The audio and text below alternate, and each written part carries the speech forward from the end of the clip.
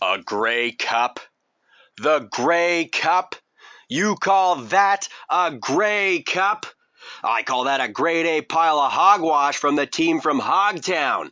You know, when he was slinging balls for the Ottawa Redblacks, Nick Arbuckle couldn't hit the bald side of the CFL commissioner.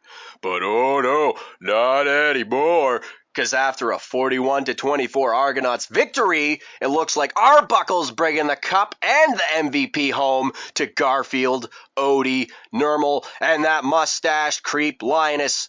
Whatever happened to Linus from the Garfield comics anyways? I heard a rumor that he's now the goaltender for the Ottawa Senators, and he ain't doing too hot. And I guess these rumors are true as well. And it's not only the cars that stop running in Winnipeg once the leaves fall off the trees. Now let's make like a tree and get the syrup off of this topic. A lot was going on in Week 11, and the Green Bay Packers won their showdown in Chi-Town 20-19.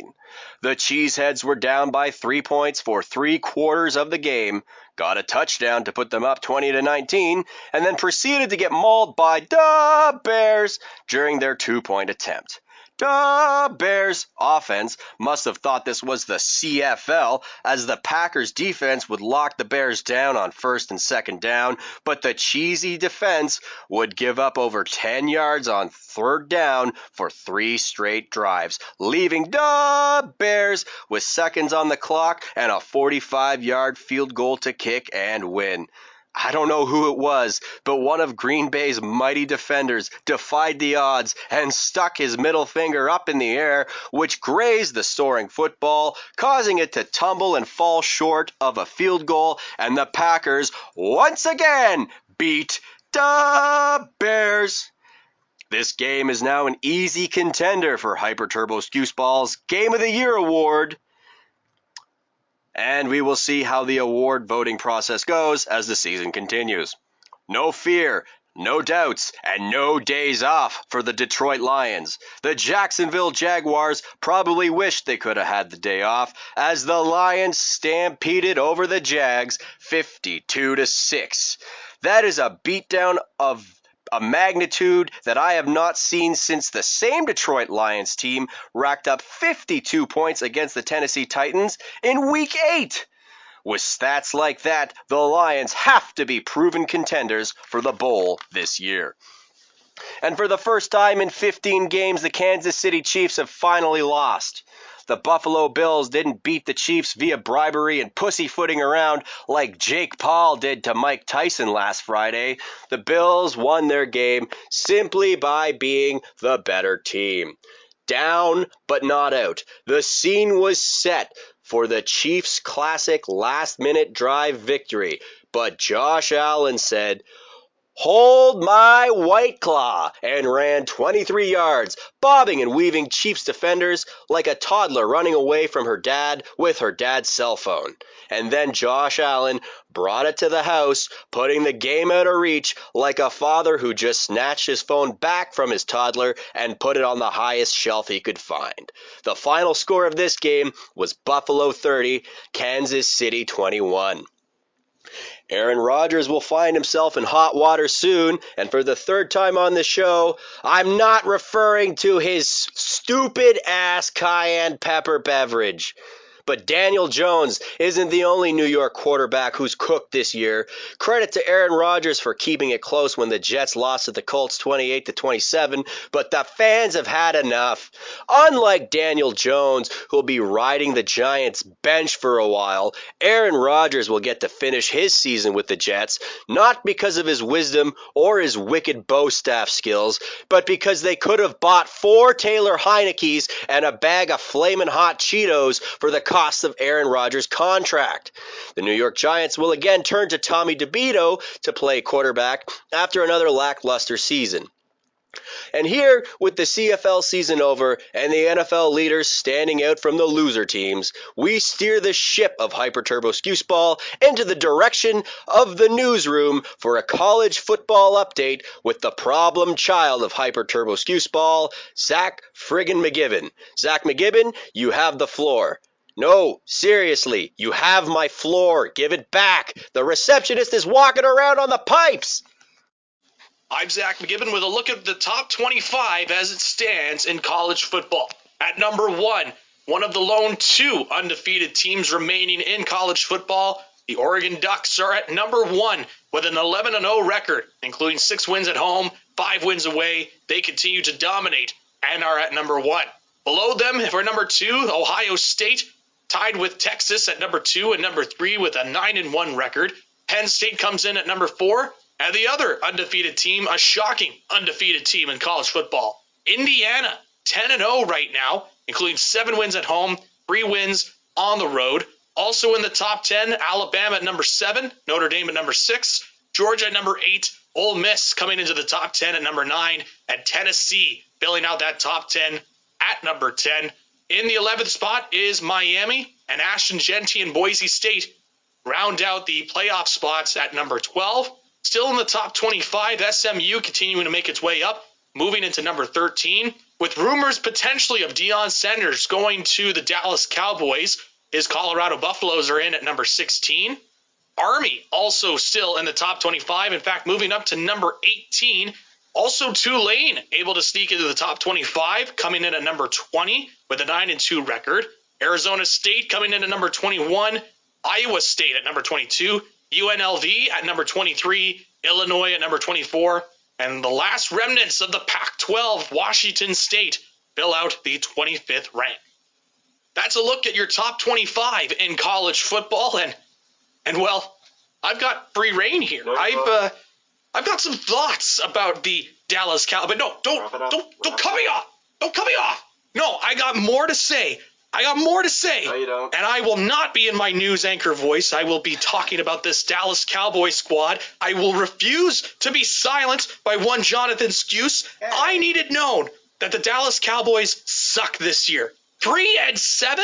That's the all-in year? 3-7? Yes, I know Dak Prescott is hurt. Yes, I know we don't have the greatest running backs in the world. But I thought we were going all in all year. But instead, we are going 3-7. No, don't cut me off. I still got more to say. The Dallas Cowboys are one of the worst teams in the NFL this year. I can't believe that they are 3-7 this year. Can we please fix the roof? Can we please fix it so that there's no sunlight coming into the stadium? How is it possible that Jake Paul has more wins at AT&T Stadium than the Dallas Cowboys do this season? How is it possible that this is No, don't take me away. Don't take me away. Whoa. Somebody woke up on the wrong side of AT&T Stadium this morning. Rest assured, Zach McGibbon's doing just fine. He's a little unwell, and it's just like the Cowboys. They're just a little unwell right now.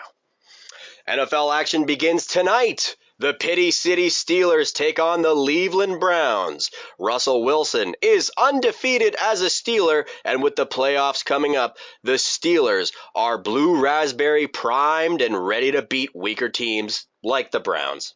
Action kicks off at 8:15 p.m. Eastern Standard Time. As mentioned earlier, Italian-American football sensation Tommy, my agent does not have mafia ties, DeVito, gets the start for the G-Men on Sunday. Unfortunately for the Giants fan base, the Giants O-line is about as good as day-old gazpacho, and their opponents are going to be the Tampa Bay Buccaneers. I say Tampa Bay all day. Go Baker!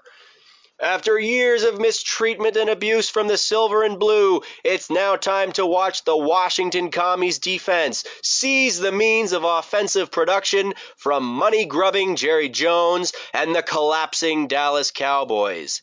Dallas's running backs are playing in cement shoes, and the Cowboys will lose on Sunday. Formula One takes over Las Vegas this weekend, and while McLaren's Lando Norris and Red Bull's Max Verstappen chase each other around Caesar's Palace and Mike Tyson's new house, the Raiders will get to catch all the racing action live right before they take on the Denver Broncos at home. For those curious how the F1 season has been, fear not. We don't even have to go back to the newsroom, as naturally I am also a Formula One fan. So let me tell you how the cream of the F1 crop is doing. In 7th place, and no longer the greatest F1 driver ever, is Sir Lewis Hamilton, who has won both the British and Belgian Grand Prix this season. He has 190 points and is also leaving Mercedes for Ferrari in 2025. When this guy isn't crashing through literal barriers, he's not a terrible driver. In 6th place with 192 points is the other Mercedes driver, George Russell. From Spain, it's Carlos Sainz, who's picked up 244 points in his little red Ferrari. Carlos sits at 5th overall. And in my experience, Australians usually drive Holdens and are better at road rage than the sport of actual driving. But this is not the case for Oscar Piastri. Piastri is McLaren's number 2 driver, and he sure doesn't drive like a number 2, as he sits in 4th with 262 points. Ferrari claims the 3rd spot with Monaco's Charles Leclerc, who has 307 points, and 2nd place goes to Lando Norris, who won 3 Grand Prix and got on the podium 12 times this season. This young Brit has a great year, but standing tall in 1st place with 393 points, and he should be your lock of the Vegas Grand Prix. It's... Feels good. It's good to like a fan.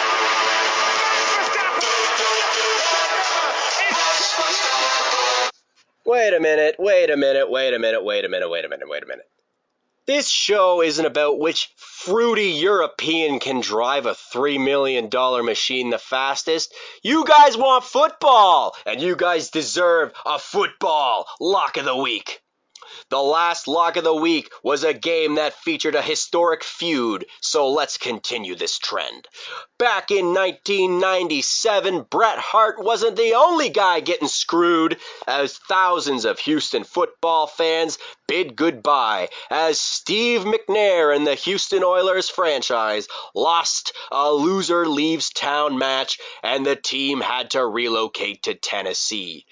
That team would eventually go on to be renamed the Titans in 1999. Then, suddenly, 1 year after 9/11, the Houston Texans re-entered the NFL, and you can ask J.J. Watt how bad the blood was between the Texans and the Titans. The down-and-out Titans still have room to get 1 or 2 more wins this season, and maybe, just maybe, they can get one over their old rivals. Will Levi may be a mayonnaise drinking... Hold on a second. Hey, listen, pal. When the red light is on, it means I'm recording, and you can't enter in here. It's just you. Hey, that's a nice chair. I could use a chair for my receptionist. Say, is that galvanized steel, or is that stained... You can run, but you can't hide from me, Mr. Scoose. The Tennessee Titans are egg-sucking dogs, and the Houston Texans are the hyper-turbo Scoose Ball lock of the week. Oh, my friggin' head.